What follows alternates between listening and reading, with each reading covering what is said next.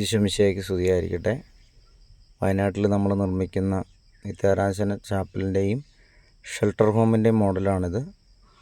ഈ നമ്മൾ പണി കഴിയുന്ന നിത്യാരാധന ചാപ്പലിനോടനുബന്ധിച്ച് ഉണ്ടാകുന്ന ആ ഷെൽട്ടർ ഹോമിൻ്റെ ഈ ഏരിയ അഡ്മിനിസ്ട്രേഷൻ ഓഫീസാണ്. അപ്പം അതിൻ്റെ നിർമ്മാണ പ്രവൃത്തികളെല്ലാം ഇതിൻ്റെ അഡ്മിനിസ്ട്രേഷൻ ഓഫീസ് അതിൻ്റെ ബാക്ക് സൈഡാണിത്.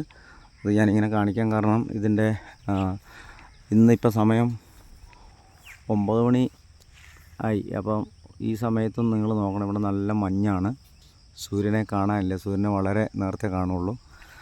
അപ്പോൾ ഈ മഞ്ഞ് പൊതിഞ്ഞ ഈ അന്തരീക്ഷം ഏകദേശം 10 ഏക്കറോളം സ്ഥലം ദൈവം നമുക്ക് നൽകിയിട്ടുണ്ട്. ഇവിടെ നിങ്ങൾ പ്രാർത്ഥനയിലായിരിക്കാനും നിത്യാരാധന ചാപ്പലിൽ ഇരുന്ന് പ്രാർത്ഥിക്കാനും നിങ്ങൾക്ക് താമസിക്കാനുള്ള സൗകര്യങ്ങൾ, അതുപോലെ പാലിയേറ്റ് കെയർ സെൻറ്റർ എന്ന് പറഞ്ഞാൽ കിടപ്പ് രോഗികൾക്ക് അവരെ ശുശ്രൂഷിക്കാൻ, അതുപോലെ പ്രായമുള്ള ആളുകൾക്ക് താമസിക്കാൻ, അപ്പോൾ അവർക്കെല്ലാം ഒരു ബൈസ്റ്റാൻഡറും ഒരു ഹോം നേഴ്സ്, അങ്ങനെ ഒരു ഡ്രൈവർ എന്ന് പറഞ്ഞാൽ എല്ലാ കാര്യങ്ങൾക്കും അവർക്ക് സ്വന്തം വീട്ടിലെ പോലെ തന്നെ താമസിക്കാൻ സൗകര്യമുണ്ട്. AC റൂം വേണ്ടവർക്ക് AC റൂമുണ്ട്. അപ്പോൾ ഇതാണ് നമ്മൾ നിത്യാരാധന ചാപ്പൽ പണിയാൻ പോകുന്ന സ്ഥലം. അതിൻ്റെ അഡ്മിനിസ്ട്രേഷൻ ഓഫീസിൻ്റെ പണിയാണ് ഇപ്പോൾ നടന്നുകൊണ്ടിരിക്കുന്നത്.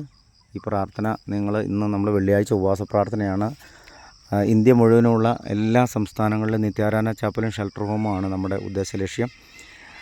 ഏകദേശം 10 വർഷത്തോളം നമ്മൾ ഇതിനുവേണ്ടി ഉപവസിച്ച് പ്രാർത്ഥിച്ചതാണ്. അപ്പം കർത്താവ് വലിയ കാരുണ്യത്തോടെ ഈ മരിയൻ വേൾഡ് ഇവാഞ്ചലിക്കൽ സെൻറ്ററിനോടൊപ്പം നമ്മുടെ NBC ഇൻ്റർനാഷണലിൻ്റെയും ഡിവൈൻ കൂട്ടായ്മ, ക്രൈസ്തവ കൂട്ടായ്മയുടെ എല്ലാം നേതൃത്വത്തിൽ ഒരുപാട് പ്രാർത്ഥനാ ഗ്രൂപ്പുകാരുടെ സഹകരണത്തോടെയാണ് ഇത്.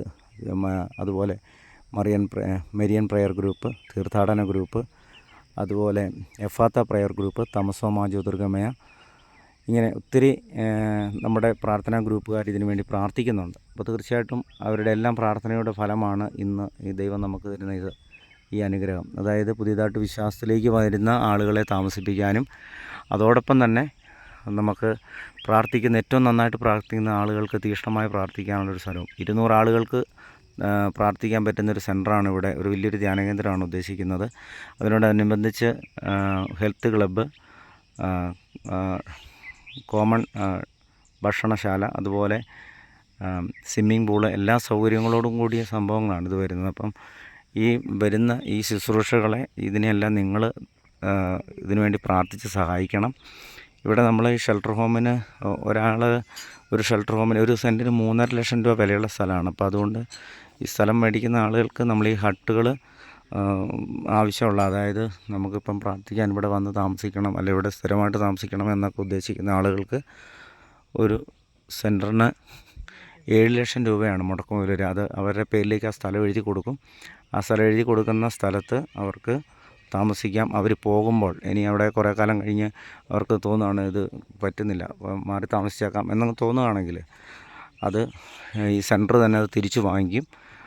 അവർക്ക് മുടക്കിയ മുതലും അതുപോലെ ബാങ്ക് ഇൻട്രസ്റ്റ്, ഏറ്റവും കൂടിയ പലിശയ്ക്ക് ബാങ്ക് ഇൻട്രസ്റ്റ് ഏതാണോ ആ ബാങ്ക് പലിശയ്ക്ക് അവർക്ക് ആ ലാഭമല്ല ആ ഇൻട്രസ്റ്റും തിരിച്ചു കൊടുക്കും.